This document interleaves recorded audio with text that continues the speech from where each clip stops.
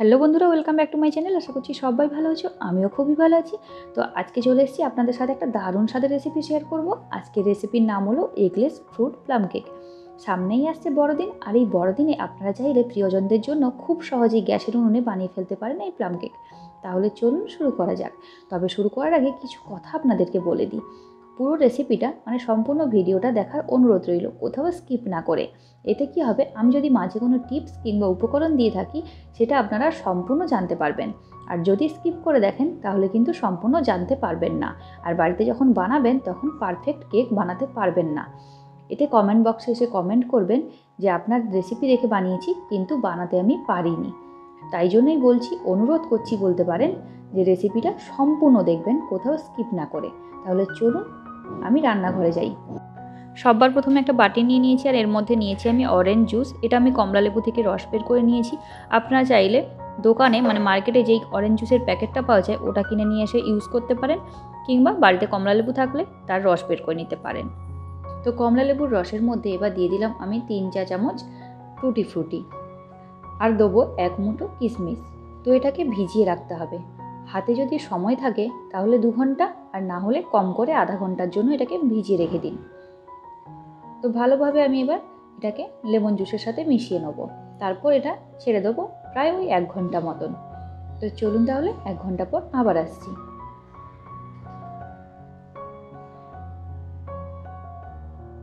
এবার সেকেন্ডে যেটা করতে হবে, যে কোনো একটা বাটি কিংবা কাপ নিতে হবে, যেটার মাপে কিন্তু আমি সব উপকরণগুলো দেব। তো এখানে আমি একটা স্টিলের বাটি নিয়েছি। আপনাদের কিচেনে নিশ্চয়ই এরকম স্টিলের বাটি আছে, তো একটা বাটি নিয়ে নেবেন। আর এখানে দেখুন, যে কিশমিশ আর টুটি ফুটিটা আমি ভিজিয়ে রেখেছিলাম, কত সুন্দর কিশমিশগুলো ফুলে উঠেছে। তো এটাকে এখন আমি সাইড করে দিলাম। এবার মিক্সির একটা জার নিয়ে নিয়েছি, বড় জার।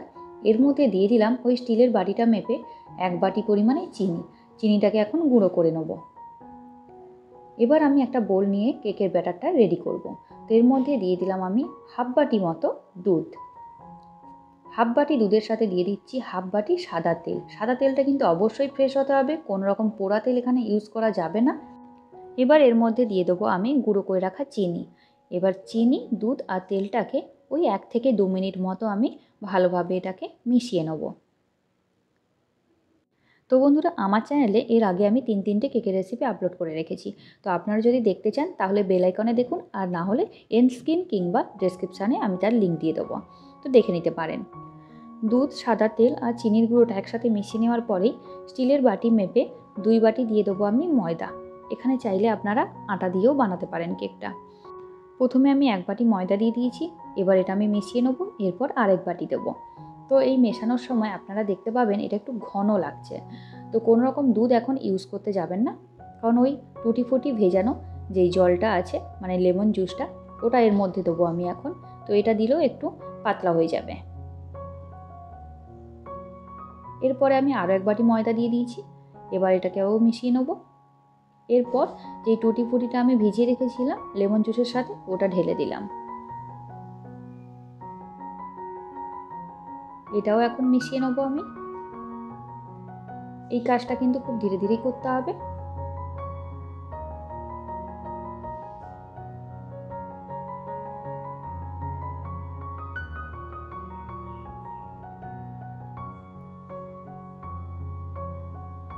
এবার এর মধ্যে দেবো আমি কিছু ড্রাই ফ্রুটস, যেমন কাজু আর আলমন্ড। এটাকে আমি টুকরো টুকরো করে কেটে নিয়েছি, তবে খুব বেশি টুকরো করার দরকার নেই, তাহলে আর ভালো লাগবে না। এইভাবে একটু দানা রেখে কাটলে কি হবে, খাওয়ার সময় মুখে পড়লে খেতে ভালো লাগবে।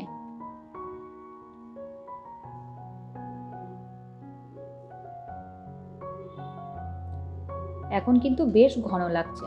তো চলুন, এটা যেহেতু আমি ফ্রুট প্লাম কেক বানাবো, তাই জন্য একটা ক্যারামেল বানিয়ে নেবো। আপনারা যদি এখানে শুধু ফ্রুট কেক বানাতে চান কোনো রকম কালার ছাড়াই, তাহলে কিন্তু ওই সময় দুধ দিয়ে হালকা হালকা করে মেশাতে থাকবেন, ব্যাটারটা রেডি করবেন। তো এটা যেহেতু আমি প্লাম কেক বানাবো, তাই জন্য ক্যারামেলটা বানিয়ে নিচ্ছি। ক্যারামেলের জন্য এখানে দিয়ে দিলাম আমি 3 চা চামচ চিনি দেওয়ার পর এখানে একটা টিপস বলে দিই, কোনো রকম টাচ করবেন না। প্রায় 2-3 মিনিট পরে দেখবেন গ্যাসের আঁচ কিন্তু একদম লোতে রেখে দেখবেন ওপরে চিনিটা ভেসে আসছে, তখন একটা চামচ দিয়ে অল্প নেড়ে দেবেন, মিশিয়ে দেবেন চিনিটাকে।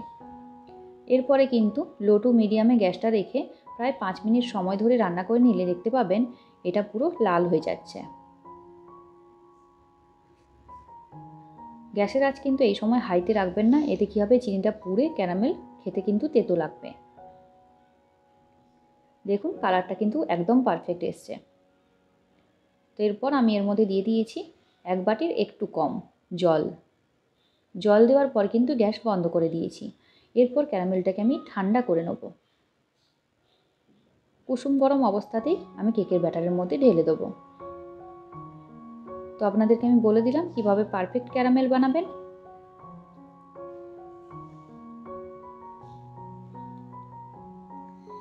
হালকা ঠান্ডা হয়ে যাওয়ার পরেই কুসুম গরম অবস্থাতেই আমি অল্প অল্প করে কেকের ব্যাটারের মধ্যে এটা মিশিয়ে নেব। প্লাম কেক কিন্তু দেখতে কিছুটা ব্রাউন কালারের হয়, তাই জন্যই আমি এই ক্যারামেলটা বানিয়ে দিয়েছি। আপনারা যদি শুধু ফ্রুট কেক বানাতে চান তাহলে ক্যারামেলের না দিয়ে এর জায়গায় আপনারা অল্প অল্প করে দুধ দিয়ে ব্যাটারটাকে পাতলা করে নিতে পারেন। আমি কিন্তু এটা বানাচ্ছি একদম দোকানের মতো ফ্রুট প্লাম কেক।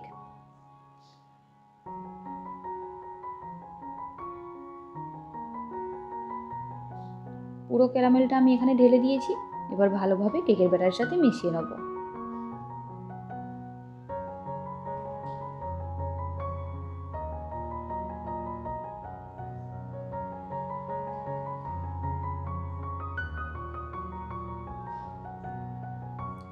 খুব বেশি ঘন আছে, তাই এই অবস্থাতে আমি দিয়ে দেবো একটা আমুল দুধের প্যাকেট। 10 টাকা দামের প্যাকেটই দিলাম। আপনারা কিন্তু এই গুঁড়ো দুধটা ময়দার সাথেও মিশিয়ে দিতে পারেন, আবার পরে দিলেও অসুবিধে নেই। গুঁড়ো দুধ দিয়ে ভালোভাবে আমি এটাকে মিশিয়ে নেব। এবার লিকুইড দুধ অল্প অল্প করে আমি এর মধ্যে মেশাবো, কারণ ব্যাটারটা বেশ মোটাই আছে। অতটা মোটা কেকের জন্য কিন্তু পারফেক্ট নয়, কেক শক্ত হয়ে যাবে। কেকের থিকনেসটা কেকের জন্য ব্যাটারের থিকনেসটা কতটা হবে সেটা আপনাদেরকে আমি এক্ষুনি দেখিয়ে দেবো। এই দেখুন, এইভাবে ওপর থেকে ছাড়লে দেখতে পাবেন সঙ্গে সঙ্গে কিন্তু মিলিয়ে যাবে না, ঠিক এতটাই থিকনেস থাকবে। এখন এটা 5 মিনিটের জন্য রেস্টে থাক। ততক্ষণ চলুন আমি কেক টিনটাকে রেডি করে নিই।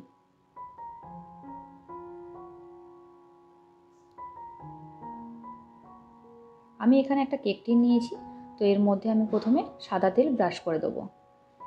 আপনাদের বাড়িতে যদি কেক টিন না থাকে আপনারা কী কী নেবেন সেটাও বলে দিই। একটা স্টিলের টিফিন বক্স কিংবা অ্যালুমিনিয়াম ফয়েল কিংবা কোনো চা কফির যে কাগজের কাপগুলো থাকে ওই কাপগুলো নিতে পারেন, কিংবা অ্যালুমিনিয়ামের কোনো বাটিও নিতে পারেন, স্টিলের বাটিও নিতে পারেন। যেটাই নেবেন না কেন তার প্রথমে একটু তেল ব্রাশ করে দেবেন, তারপর ওপর থেকে গুঁড়ো ময়দা ছড়িয়ে দেবেন।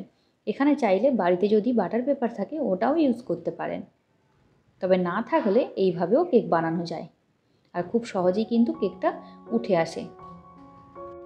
কেক টিনের গায়ে গুঁড়ো ময়দাটা ভালোভাবে লাগিয়ে নিয়েছি। এবার যে এক্সট্রা গুঁড়ো ময়দাটা আছে এটা আমি ছেড়ে ফেলে দেব। ওই 1 চামচ মতো ময়দা দিয়েছিলাম, পুরোটাই কিন্তু আমার লেগে গেছে, কোনো এক্সট্রা ময়দা নেই, তাও একবার ঝেড়ে আপনাদেরকে দেখে দিলাম। এবার চলুন কেকের ব্যাটারের মধ্যে আর একটা টিপস ফলো করুন। এবার আমি এর মধ্যে দিচ্ছি বেকিং পাউডার। ভালোভাবে শুনবেন, 1 চা চামচ। চা চামচটা কিন্তু একদম উঁচু করে দেবেন না, একদম সমান করে দেবেন 1 চা চামচ। আর যতটা বেকিং পাউডার বেকিং সোডা তার অর্ধেক, মানে হাফ চা চামচ বেকিং সোডা। এর মধ্যে দিয়ে দিতে হবে 2 চা চামচ লেবুর রস, চাইলে এখানে ভিনিগার ইউজ করতে পারেন।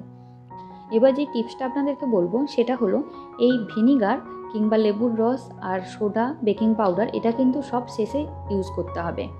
এটা একটা নির্দিষ্ট সময় থাকে যেটা চলে গেলে এটার কাজ করে না, তাই জন্য এটা ঠিক কেক টিনে দেওয়ার আগে এটা মিশিয়ে নিতে হবে। ভালোভাবে কেকের ব্যাটারের মধ্যে মিশিয়ে নিয়েছি। এবার চলুন কেক টিনের মধ্যে এটা আমি সেট করে নেব। কেকের ব্যাটারের থিকনেসটা আপনাদেরকে আমি আবারও একবার দেখিয়ে দিচ্ছি, দেখে নিশ্চয়ই বুঝতে পারছেন কীরকম হবে। ভিডিওটা একটু বড় হচ্ছে জানি, তবে আপনারা যাতে একবার দেখে পারফেক্ট কেক বাড়িতে বানাতে পারেন তাই জন্যই রেসিপিটা দেওয়া।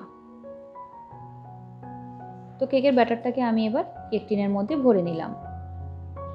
এরপর একটু ড্যাপ করে নেব যাতে ভেতরে কোনো হাওয়া না থাকে।